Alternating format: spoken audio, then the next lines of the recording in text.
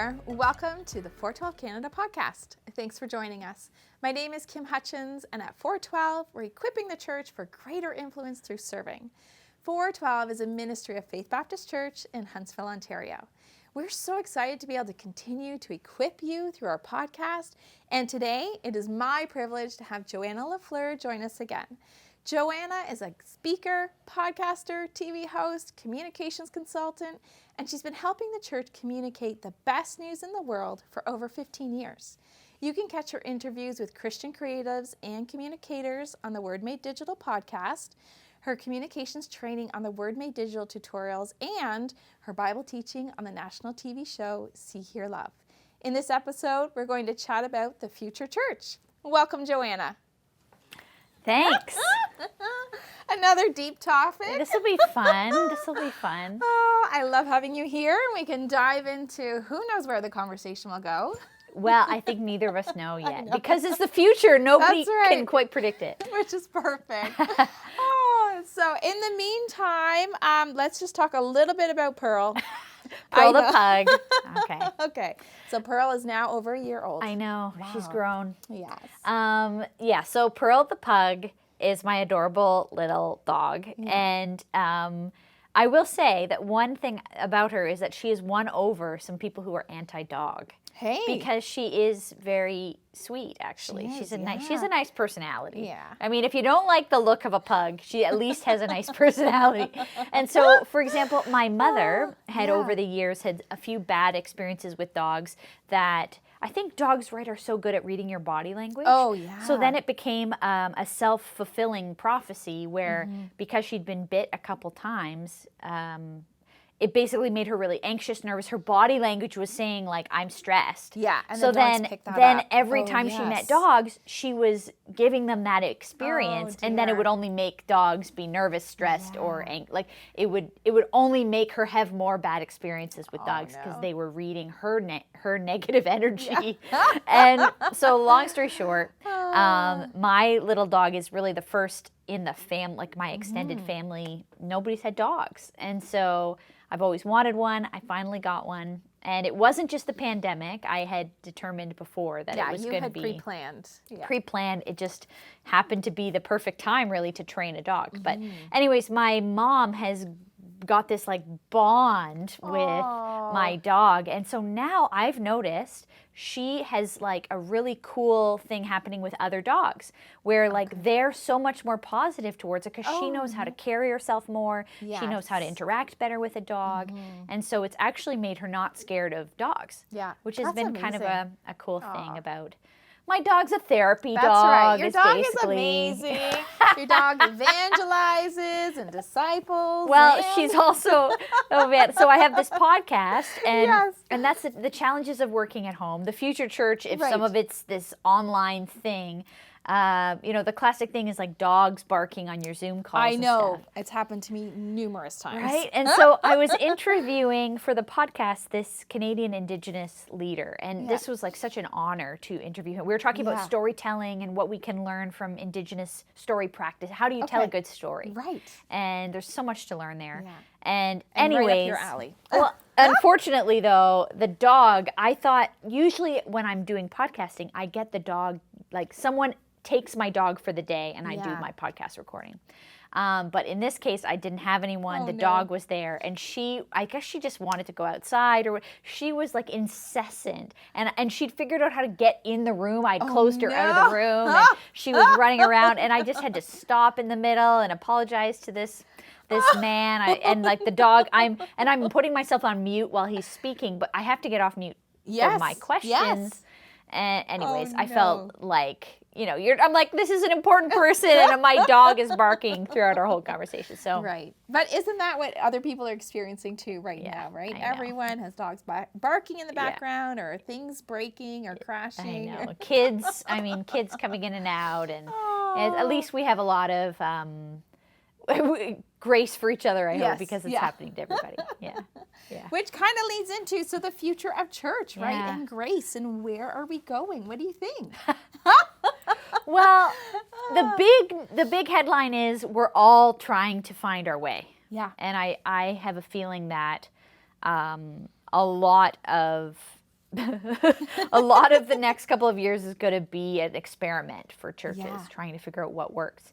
I'm working with one church that has like a large historic building in Toronto. Yeah.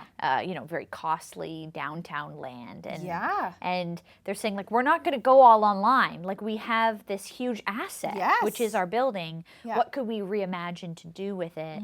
That's a good question, right? If What else the could you do? sanctuary isn't going to be full every Sunday because people are online or doing other things now, what can we do with our building? And, it's so I hope people are kind of asking those questions, but Yeah. we are trying to figure it out. Yeah. And it seems like we're in this hybrid reality that we're going to have to figure out this. We're on as I've said in a previous episode with you, digital first, but not digital only. Right. That the first place people probably will interact with our church communities is going to be online. And then from there, there's also then these things we can do in person that can never be replaced by online communities. And that's true, right? It's important to remember that. Yeah. And that there are people who, of course, are desperate to be in person again. Some have already begun to meet in person, and some are still, figuring that out. And also, there's some who are like, actually, that online thing worked for me. Or actually, this church thing not going anymore, that worked for me. I'm just not coming back ever to anything. Yeah. So we're going to kind of be finding our way. But I think we have to just learn from each other as we go. Yeah, so what do you think we can learn from churches in other parts of the world that are growing and thriving? Right. Well, I think as the Canadian and the North America, the Western church is just on this decline ramp because of lots of things, complex issues like science and our historic and problems and injustices the church has done to other people and many other things, life, sin, etc. There are places that the church is growing, thriving, full of young people, full of all generations of people, and figuring out how to do this. Obviously, a lot of those places are persecuted places. I know, and yet they're growing, right? And so maybe we aren't experiencing persecution. Maybe some people feel that they are, but I don't think that we are. And we really, not when you compare it to what these people are going through. And so, how is this house church model working? How is it that we can have, millions of people coming to Christ in China? Obviously, it's a huge population, but even percentage-wise, what is happening in this home church model that seems to be working? It seems to be a way that people are finding hope, finding truth, discovering a whole world that they didn't know in Jesus, and that they're bold in their faith and they're sharing it with others. I'm curious about the global South in general, what's happening in the African continent, what's happening in South America. There's really some amazing things going on for church, and I do think we need to pay attention to it because whatever we've been doing hasn't really worked. We see the fruit of it. The fruit of it is that we're getting less fruit. Yes. So something needs to be pruned. Or changed, and that's not always a bad thing. It feels like it's horrible in the moment. It's so hard. I hate to give up something that we've been doing forever. I think of things like just paying attention to not just what the global church is doing, but what are people saying? Why have they left? Or why do they not even want to come in the first place? Right. Are we listening? Because there are things that we haven't done well, and actually not just that, we have harmed people in some cases, and we need to reckon with that. In Canada, the more recent issues, just going through all these residential schools, and realizing that there are the bodies of children, unidentified, unmarked, hundreds and hundreds. I think we'll discover thousands. That are church-run schools. Right. And we might say, oh, it's the Catholic Church, it's the Anglican, it's some other kind of church. But for the people in our country, they just see it's just the church. Yeah, to so them why it doesn't would, matter. Yeah, why would they ever want to come? Yeah. We've done horrifying things. Yeah. And so we need to reckon with that. And I don't have the answers to how to do that. I would I was want going to to say, do you have a how-to? But Well, we want like, to build trust, yeah. right? You want to acknowledge so that people know that we acknowledge it. We're not blind to what has happened. Yeah. We're not ignoring things. Yeah. Well, one young woman who's maybe about 24 or 25, she'd grown up in church. She's an Asian Canadian young woman and has so been a minority in a predominantly white church through her whole life. And she just sort of said, you know, I don't think any of us will come back if the church isn't able to reckon with how much they have hurt so many people. If you have to acknowledge this, at least like, again, like name, acknowledge, try and seek some forgiveness, reconciliation, whatever that may be. But even at the base, just like acknowledging that it's happened and talk about how you're going to do differently. That's, you know, the core of it. And, you know, there's such a broken trust because of that. Like it's so, you know, that we would be, that like we're told that they would know us by our love. Yeah. But if you ask most people, what is the church known for? That's not the thing that they would say. No. And so we need to the think future about of the that. church is the history of the church. The future of the church is love. Yeah. The future, if we want to have a future, we have to be more like Jesus. Right. And even thinking about the next generation, like what are some things that maybe we need to change to reach them, right? Well, some stuff beyond, like, so there's justice issues that they want to talk about, address, have space for. They want to dive into those issues, right? And have the church acknowledge in a meaningful way. But I also think things like having to come at a set time and place is less normal for them. And so having, like, there are things they have to do. So, like, if you got to get on a train, the train is at this time and place. So they're not completely unaware of it. But that having program ministry stuff that's available at other times, not just that Sunday morning time slot, having things that are accessible on demand, or as they are able, you know, having someone they can be messaging, you know, about a pastoral need at a random time of the day. Not that they necessarily, that might be a recipe for burnout. People are thinking like, now I have to be available all the time. Building a system, building a system that allows for people to have contact with you.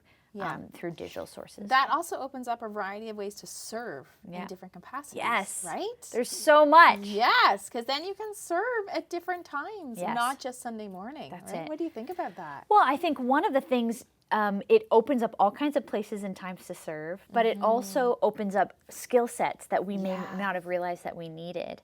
I think, you know, people who have anything, you know, technical, even like I'm literally thinking like IT coders, all this kind of, like, when has the church asked for that kind of help before? But actually we like desperately really need it right now. It's a huge thing. It's a huge thing. And I hope that people would be encouraged that their skill set, their gifting, the way they think, there is a space for it. There's a place for it in the church. Yeah. And that's really exciting, actually, that we can all come and bring what we have and serve. And it doesn't have to be like, well, I could never do this on a Sunday morning at 9 a.m. It's just never going to work for me and my family.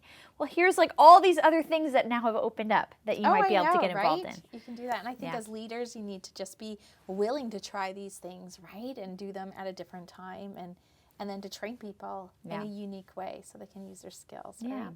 Yeah, that's fantastic. And I think it's so good to start building into the next generation. Yeah. Right? We need to keep moving forward. But things are going to be different than how they have been. But engaging young people as soon as possible in the things that they're interested in. I mean, where did I start doing communications was in youth group in grade 9. I was figuring out how to communicate news and information and film videos for the youth group, and this was, which would have been so different than the way we do it now. I was in high school in the early 2000s, so it was 20 years ago, and and that's where I realized what I love to do, and now I get to do it as a career. But I learned it in the church, and there's so much opportunity for us to engage young people at that level in a way that will stick with them as disciples for their life. Yeah, and even just technology. I want to speak to that for a minute and the serving opportunities, like.